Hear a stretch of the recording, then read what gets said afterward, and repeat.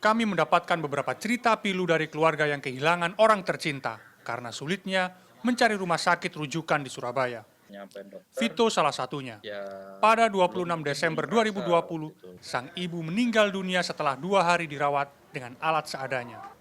Ibu Vito dikonfirmasi positif COVID-19. Sebelum meninggal, kondisi Ibu Vito cukup berat sehingga membutuhkan ventilator. Namun ruangan ICU dengan ventilator penuh. 2 hari Vito pontang-panting mencari ruangan ICU ventilator.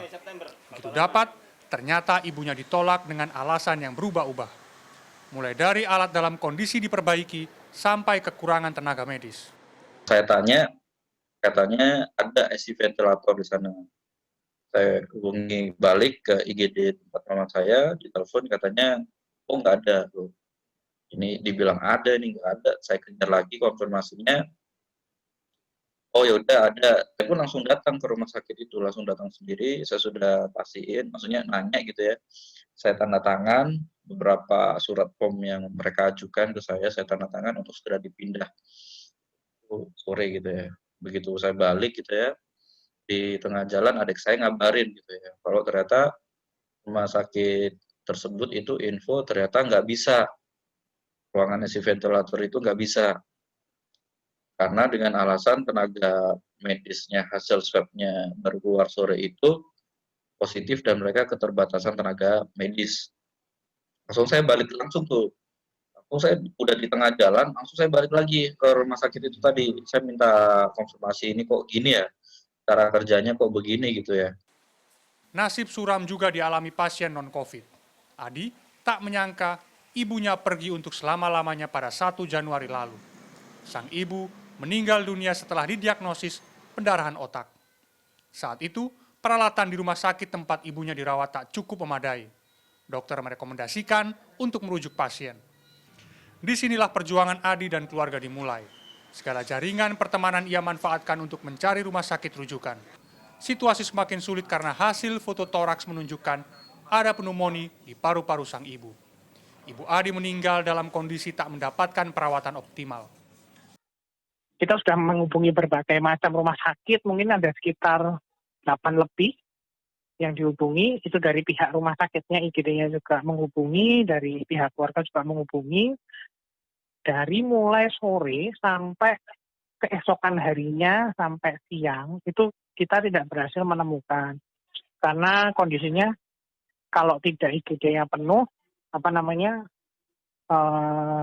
tidak ada fasilitasnya gitu. Sekitar pukul setengah 12 ibu saya sudah tidak tertolong, jadi kemudian wafat. Ya, yang membuat kami kecewa itu sebenarnya karena kondisinya. Jadi kita tidak bisa berbuat apa-apa. Kita dalam keadaan yang mau berbuat sesuatu itu nggak bisa gitu. Adi mengungkapkan, sebuah rumah sakit menjanjikan kamar yang dibutuhkan, tetapi dengan syarat keluarga bisa menunjukkan hasil swab PCR negatif. Padahal, butuh 3 hari hasil swab PCR tersebut diketahui. Pada akhirnya, hasil swab PCR ibunya dinyatakan negatif. Beberapa waktu lalu, kasus serupa terjadi. Seorang pemuda mengalami kecelakaan dan terluka di bagian kepala.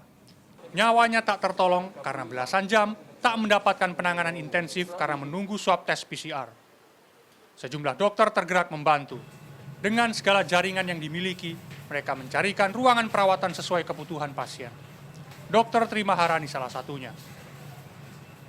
Puncaknya itu di sekitar mulai tanggal 24 Desember sampai awal Januari ini, termasuk di hari ini. Itu kira-kira bisa yang minta tolong itu bisa 5-10 orang. Kami berusaha menolong karena saya tahu ketika mereka sudah menghubungi kami, itu artinya fasilitas-fasilitas kesehatan itu sudah tidak bisa lagi menolong mereka. Jadi misalnya untuk merujuk sudah penuh semua, sehingga mereka tidak punya harapan untuk. Namun tak selalu berhasil. Ada kalanya ketika mereka berhasil mendapatkan kamar, kondisi pasien terlanjur drop dan akhirnya meninggal dunia karena terlalu lama menunggu. Tidak mempunyai akses ke pelayanan yang dibutuhkan, pasien akan mengalami tertundanya perawatan dan itu yang akan mengakibatkan bisa menjadi sakitnya lebih parah atau mengakibatkan kematian.